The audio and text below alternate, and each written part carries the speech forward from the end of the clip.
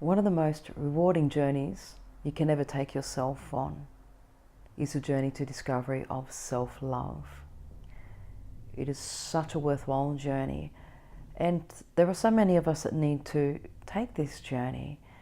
When we were young, our parents often, we hear this, and I truly do believe that it is the truth.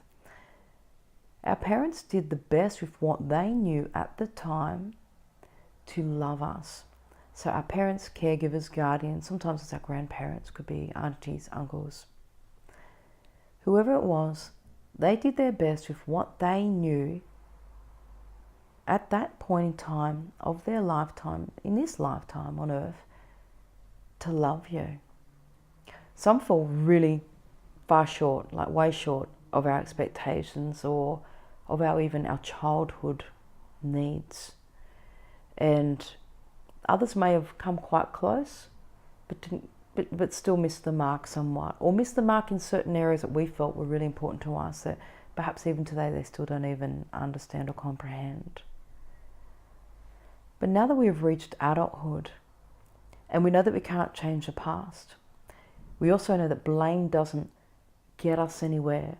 Blame keeps us stuck. What happens is we keep our energy and our focus and our attention on, but this happened, or this didn't happen, or I didn't get the love that I needed, or I wasn't loved unconditionally, or no, my dad was always away on business trips, I didn't even know who he was, or my mum had a problem with alcohol and was out of it so much I didn't even know if she knew what I looked like when I was 13, 14, 15 or 16, if she even knew the differences or even knew what was going on in my life.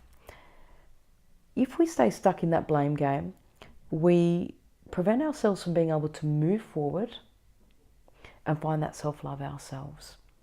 And self-love is exactly that. It is self-love.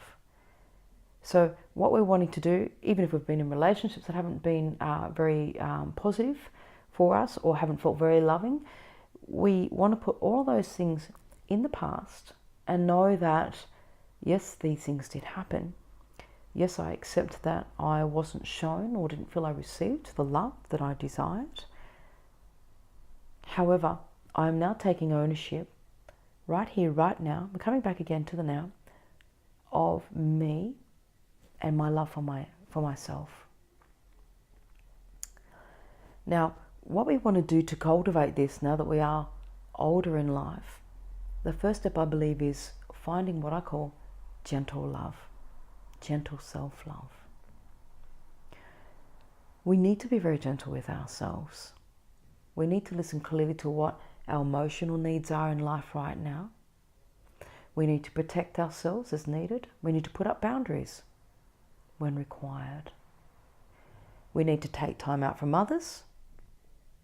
And we need to mingle or socialize or date or be involved with others, again, when this feels good to us and it feels right for us. So the first thing is being in tune with your emotions and, again, what you desire to do and how you feel about things, and honouring that for yourself. If all of your friends like to go out on a Friday night and get smashed and get drunk, and that's not something that you enjoy anymore, then think about what would you rather do that's going to cultivate your self-love. This is another big thing. Sometimes we're around people that we've outgrown or are not reflecting self-love. They're not reflecting self-love or loving themselves, and yet we're on this path of wanting to find or deepen our own self-love. So sometimes it's also a matter of stepping aside or stepping to the side or even stepping away from others when we're not resonating with their behaviours. We want to mix more with others that are on that journey of finding self-love or already there. And I'm not being judgmental when I say this. I'm saying it more out of something for you to think about, for you to be aware of. The other ways that we cultivate and nurture self-love later in life is, I believe, through awareness. But not awareness where it's that critical voice that's picking on every single thing that we do. It's going, oh, you just did that again. Oh, you just said that stupid thing again. You're always putting your foot in it. You're always saying things that you shouldn't say. Or, oh, you just put yourself down again. Or you just negated that compliment again. all those criticisms chip away at any self-love that you've built or are building on. So what you want to do instead is just stay in awareness. And I do this. To this day, I do this. Quite often there's certain behaviours that I feel exhibit themselves again, particular ones, again and again. And rather than beat up on myself or get disappointed, I'm just like, okay, that happened again. And I literally even practice in my mind, how would I like to respond? Or how would I like to behave? Or what would I say next time if I had that same situation replay? And what I'm doing in that sense is I'm providing new programming, new mental patterns even, new neurological pathways even about how I could be next time around in the future. And I'm just noticing that, okay, this is a behavior, or this is something that doesn't feel good to me, and it can make me feel like crap. So I want to be very gentle about the way I manage that within myself. I want to give myself that pure love that I give my child, that pure love that I have given pets, that pure love that every one of our inner child or inner children deserves, innately deserves. And I will tell you this, we are the pure love of Source itself, of the divine. When you remember that you are this pure love that is running through you, and you're an expression of this pure love, and that you are loved unconditionally, and I can tell you this from experience, every single client I work with, I witness the unconditional love of the source energy from whence we all came.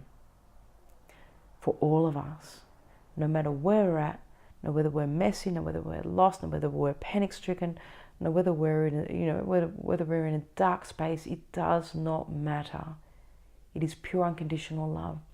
And when you remember that that pure unconditional love is flowing through you, you can bring yourself back into alignment with that. All you need to do is allow it. And sometimes what I like to do is I meditate. And I know some people don't like doing it. I didn't, I avoided it for 20 odd years.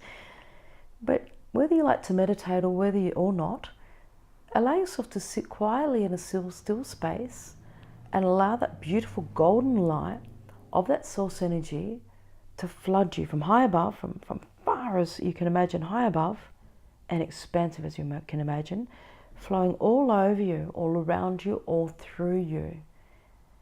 And you start to smile, because when you let go of any thinking and you just are able to receive and come back into that flow, you feel that pure love. You are that pure love.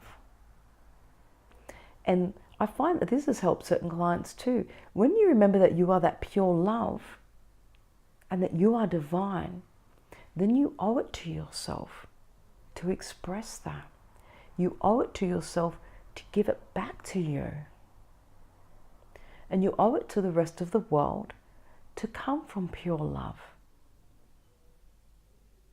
Because each of us is that. And the more that each of us can reflect that pure love to one another, not only will it be reflected back to us, but it keeps bouncing off and around and around and around and around. And this is the love revolution. This is the evolution of humanity that I'm constantly channeling about. So remember, your true self, your essential self, your soul, who you arrived when you were born into this lifetime on this planet, is pure love. So, just to recap really quickly, talk kindly to yourself. Treat yourself gently. Journaling is really good. Writing each morning that you are lovable, that I love myself, and writing about how you feel, how somebody feels when they really, really love themselves. What sorts of behaviors would you see? What would they be doing? And again, writing how you feel about yourself when you feel self-love. Some mornings are hard. I journal. Some mornings are really, really tricky. Sometimes I'm just like, I'm not feeling this. I'm not in alignment, because I'm not sometimes, not in alignment with that pure energy, and yet I still journal. And yet, I can honestly say that later in my day it shifts. So trust me, journal as well. Again, the other things you can do, and I give clients homework. People laugh. I think I'm the only channel clairvoyant, healer, energy worker, mentor that gives clients homework.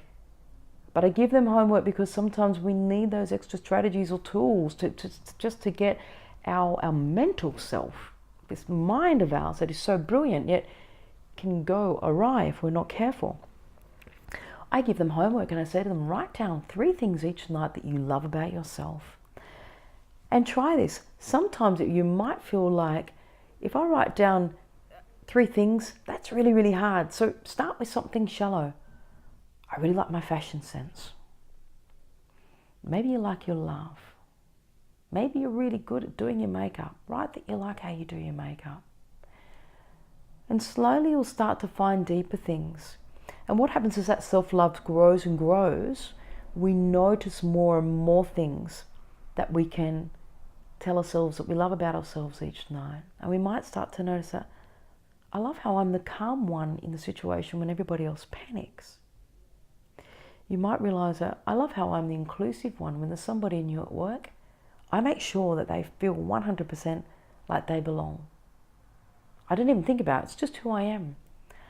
You might be the person that truly listens to another person and really gets what they're saying. And you have this depth of understanding of the human heart, of humanity. Write that down. Get creative. And you'll start to notice more and more things. But again, make sure also that the external world and what you're living in is reflecting this. Because I can say that if you're in a workplace, for example, where perhaps your leaders or a colleague, or might be even somebody that you supervise, is disrespecting you, and this is affecting you each day, and this can also feel like it's chipping away that self-love. We have to be really mindful in those situations that is that person's business. How they behave is their business. I may need to put a boundary up sometimes, but it is their business. It is no reflection of me. It is about what is going on for them, and it's about possibly even a button that I'm pushing for them. But as we shift more into that self-love, we often find that those people move away, or we leave those jobs or workplaces, or we find ourselves in another branch, whatever. So know that you are being aware of that external environment too, how loving it is to you. Because you're making those choices, and then you are then, again, telling yourself, I love you. I love you enough to give you what it is that you desire. I love you enough to feed you the good foods that you crave. I love you enough to know that it's okay to eat chocolate sometimes and not give myself a hard time about that. I love you enough to know that I can put up boundaries with people, or that I can remember that they are separate and their behavior does not need to come into my energy field, let alone into my heart or even into my mind. I wish you much love and light as you journey along that beautiful path of discovering more and more self-love. You are beautiful. You are lovable. You are amazing. And you were created by something so divine. How could you not be anything less than miraculous?